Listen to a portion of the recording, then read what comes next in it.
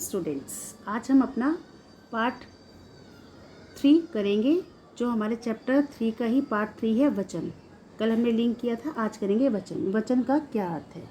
वचन का अर्थ है संज्ञा। अब देखिए, जैसे हमारे पास कुछ चित्र दिए गए हैं।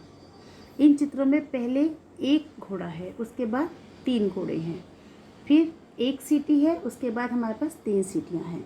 तो जो एक है यानी कि उसकी संख्या 1 है, और जो अधिक हैं, 1 से अधिक हैं यानी कि 3 हैं, उनकी संख्या को हम लिखते हैं बहुवचन। 1 संख्या वाला एक वचन और 2 संख्या वाला बहुवचन। इस प्रकार हमारी वचन की परिभाषा क्या बैठती है? संज्ञा शब्द के जिस रूप से उसकी संख्या का बोध होता है, उसे कहते हैं हम वचन। वचन में हमें किसी भी चीज़ का, वस्तु का संख्या का पता चलता है। यदि एक वस्तु है तो एक वचन कहलाती है, और यदि 1 से अधिक वस्तु है तो वो कहलाती है बहुवचन। इस प्रकार हमारे जो वचन है उसके भेद कितने हो गए? 2।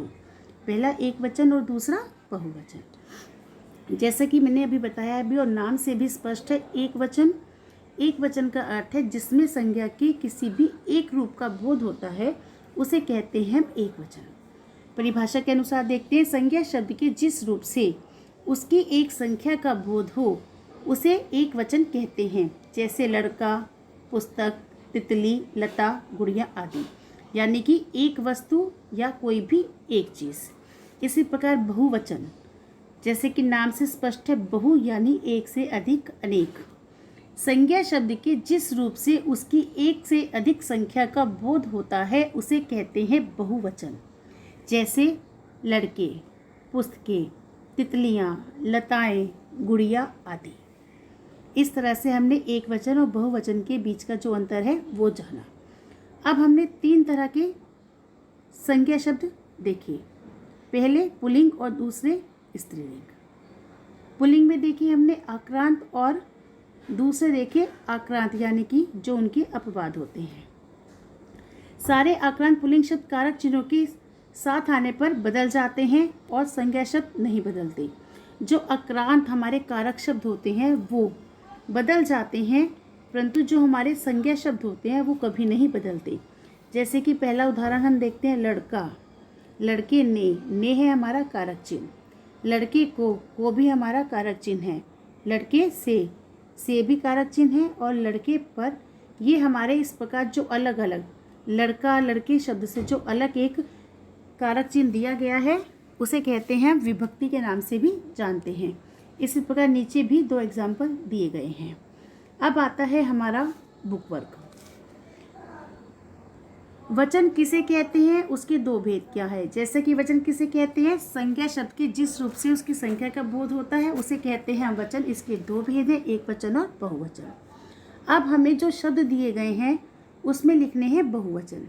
जैसे किरण से किरणें, क्यारी क्यारियाँ, झाड़ी झाड़ियाँ, गुब्बारा गुब्बारे, कली कलियाँ, लता लताएं।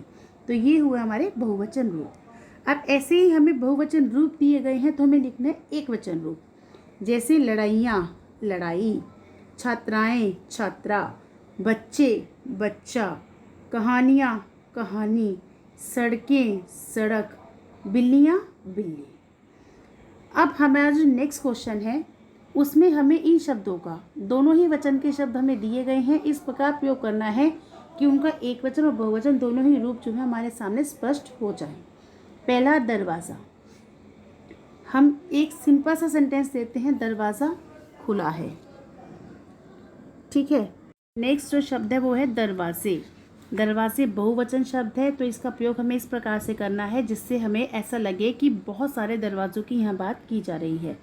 सब दरवाजे बंद करो। सब का अर्थ है यानी कि हमने बहुत सारी चीज़ों को गिन लिया। अब है डिबिया। डिबिया में क्या है? यानी कि एक वचन।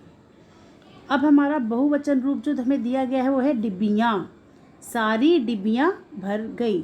तो हमारे इन दोनों ही शब्दों का हमने वाक्यों में इस प्रकार प्रयोग किया है कि पहले वाक्य से हमें एक वचन का बोध होता है और दूसरे वाक्य में हमें बहुवचन का बोध होता है। इसी प्रकार हमारा नेक्स्ट क्वेश्चन है, वाक्यों में सही शब्द चुनकर वाक्य पूरे करो। हमें एक वचन और बहुवचन दोनों ही रूप दिए गए हैं। जो हमारे वाक्य में सही बैठेगा हमें वो शब्द लिखना है। इस कमरे का किराया क्या है? उन बच्चों को यहाँ बुलाओ।